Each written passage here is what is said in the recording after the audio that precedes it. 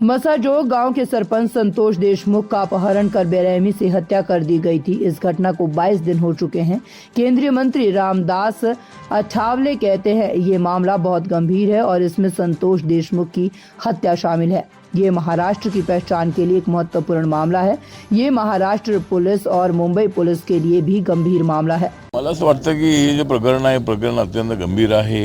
संतोष देशमुख यांची हत्या क्रूरपणे करण्यात आलेली आहे आणि महाराष्ट्राच्या अस्मितेला कलंक लावणारी अशा पद्धतीची घटना आहे। एक तर महाराष्ट्र पोलीस आणि मुंबई पोलीस जे आहे ते अत्यंत ॲक्टिव्ह असणारे पोलीस आहे। आपलं CID डिपार्टमेंट क्राईम डिपार्टमेंट अत्यंत ॲक्टिव्ह असणार आहे।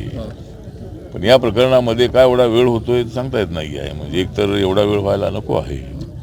माननीय मुख्यमंत्री देवेंद्र फडणवीस यांनी सुद्धा हाऊसमध्ये नागपूरच्या जाहीर केलेला आहे आणि फक्त जी प्रॉपर्टी आहे ती प्रॉपर्टी जप्त करून चालणार नाही आहे। तर मला वाटतं की जे सूत्रधार आहेत त्या सूत्रधारांना पकडणं अत्यंत आवश्यक आहे।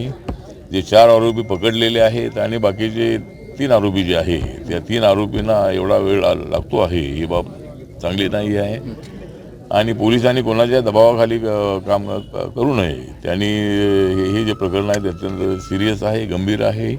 ताबडतोब आरोपींना पकडलं पाहिजे आणि अशोक सोनवणे हा जो या सोलार कंपनीमध्ये वॉचमॅन होता तो आमचा त्या शेड्यूल कास्टचा आहे, बौद्ध समाजाचा आहे।